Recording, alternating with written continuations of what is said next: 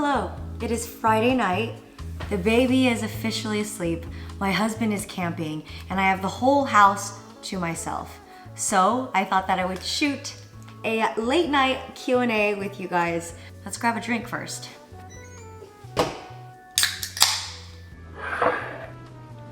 All right, cheers folks. Tips on having a healthy relationship with alcohol. I would say a good relationship with alcohol is if you do not see this as a requirement to have a good time, to be yourself, to rely on it as a crutch in any way. Honestly, in my 20s, I did have trouble separating that. I thought that I needed this in order to relax, to have fun, to be charming, to be cool. But that's a complete lie. You really don't need this, honestly. I mean, I'm gonna drink it right now because I did open it. But now I can safely be in environments with alcohol and not just go like over the edge. I think what really helped was to do a dry month. Like just go for a month without drinking any alcohol, but still force yourself to be in situations where alcohol may be present, but just don't drink it. And then if you keep doing that, you'll naturally see that, oh hey, I'm still my unique, charming little self without it. Do you like being approached in public? Do you find it annoying? I don't find it annoying, and I don't mind being approached in public. Honestly, it's like a very strange phenomenon. Till this day, I always get tripped out when people recognize me because if you think about it, like my job is very private, even though it's like public. I have the option to not leave my house and to be able to still create content that way. So when you guys do come up to me on the streets, it just makes everything so much more personal because I'm putting a face to a view. And because we've like grown together and we're getting older, it's like amazing to see y'all are grown. You guys are just taking care of yourself. And honestly, I am so incredibly grateful to have you guys. Like without your support, I would never be able to live in a house like this or have a career like this or, you know, be able to support my family like this. So thank you. I truly never forget that. So I'm very, very appreciative of your support.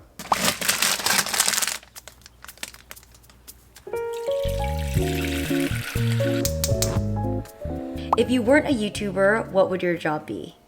I would definitely just go back to school and become a licensed therapist.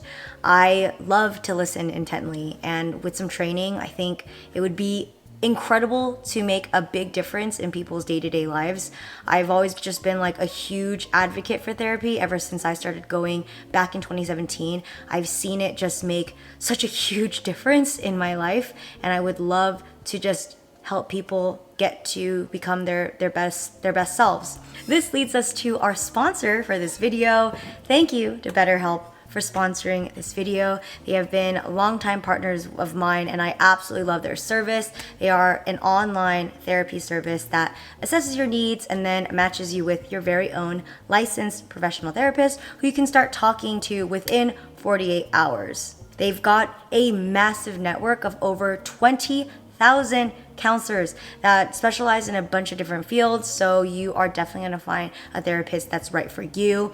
Let's say you do a session and you're not jiving with your counselor, then they make it really simple, easy, and free to change counselors if needed. They are really committed to helping you find like a compatible match, because honestly, like therapy is like dating. Like it might take you a couple of times to find the right one. Like it took me 3 therapists before I found the one that I just clicked with. You can schedule either weekly phone or video sessions in the comfort of your own home.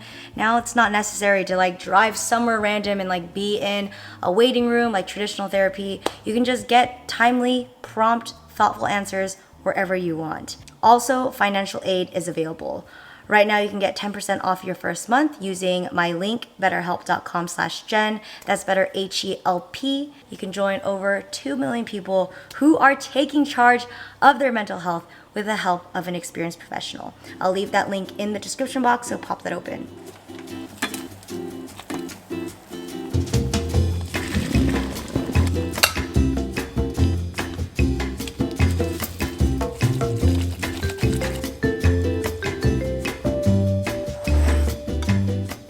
Oh my goodness, I'm so excited.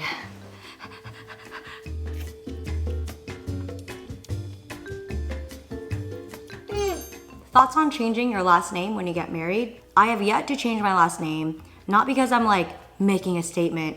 It's honestly because I am very lazy. It takes a lot of effort to change your last name. You have to change every form of identification you have. And I've got a lot. Got all my credit cards, my ID, my real ID, my passport, my social security. It's just too much, guys. And for what? For who? For this antiquated tradition? It's not for me, bro. Also, Ben hasn't pressured me to change my last name whatsoever either. So I think we're chilling. Are you and Ben still going to couples therapy? Yes, we are. We like to go once a month. And honestly, it's because like we just love our therapist so much. Like we just like talking to her. And she is truly one of the most insightful, intuitive, intelligent creatures on earth. She's an icon. She's a legend, and she is the moment. A lot of people think you need to do therapy when there is a crisis, when like shit hit the fan. But I don't necessarily agree with that. Like, you know, just like your physical health, you want to go to the doctor when like your elbow like just hurts slightly. You don't want to go in once there's already like just, you know, half of it's like rotting off. You want to go early so that it's preventative.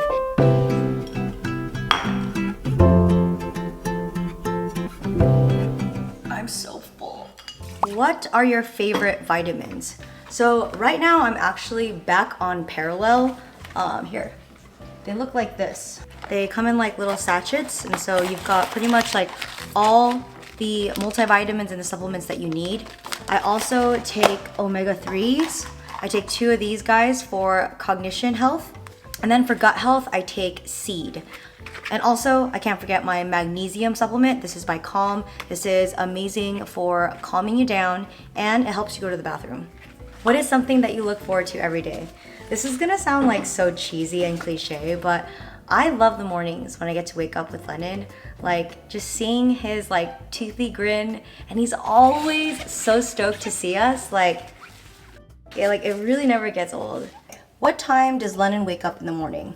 Right now, he is loving to wake up at 5 a.m., 5 a.m., 6 a.m., sometimes even 4 a.m. But then when it's 4 a.m., I kind of like wait for him to like really cry before I go in. Like at 4 a.m., he starts going like, and like every parent knows that when you hear that from the camera, like a part of you just like jolts, you know, you just like, you're never like really fully asleep. 3 countries you have to see in this lifetime. Ooh, that one's a good one. India, Sweden, Iceland. Advice for moms to be for staying present during all seasons of motherhood. Honestly, I picked this question because I would personally love advice for this because I can't figure that out. What music do you listen to get in the zone and focus? When I am trying to focus, I don't listen to any music. Like I'm very sensitive when it comes to like sounds and stuff. So if there's music playing, especially if it's like a song that I know, I just like lose track with what I'm doing and I just like get into the song. So yeah, I require pure silence. So that's why I love being at like the library. I love like noise canceling headphones. I like just pure silence. It's actually really hard for me to like work at a cafe. Do you know what Hogwarts house you are? I don't. That's a good question. Let's go see. Choose one of the 4 classical elements. Earth, duh.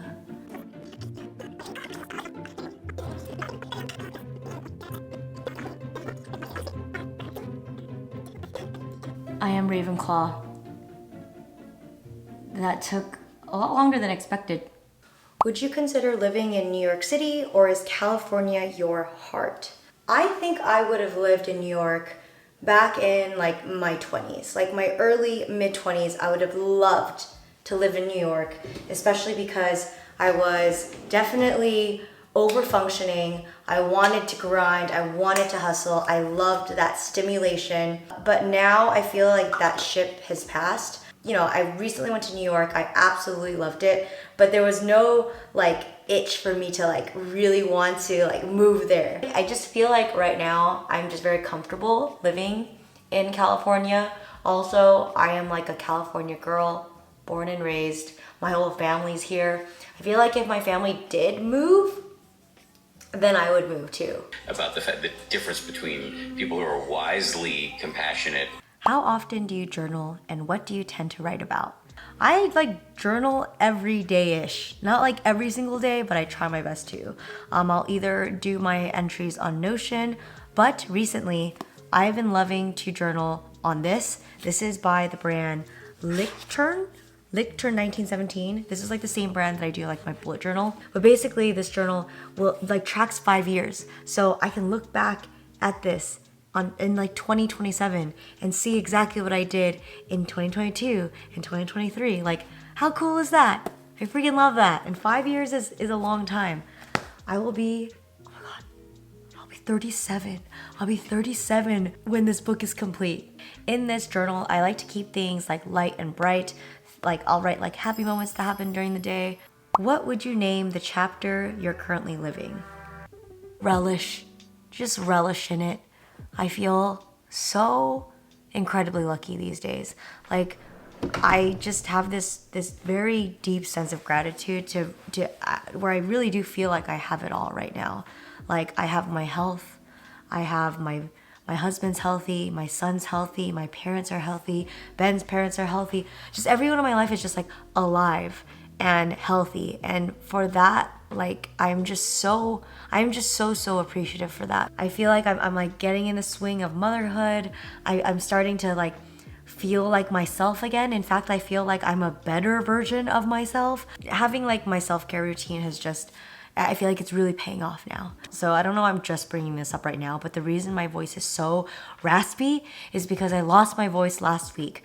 I went to dinner with the girls. We went to a restaurant that had like super loud music and it was dark. So we were just like screaming and catching up. Like it was the most fun thing ever, but I am paying for it. I'm still paying for it a week after. Like it's not a sore throat because when I swallow it doesn't hurt. It's just like my vocal cords are extremely inflamed. I hope you guys enjoyed this style of video. Like I honestly really enjoyed it because I just literally got to eat and drink a beer and like get ready for bed. It's 10:35. Thank you so much for watching and I'll see you guys in the next one. Bye.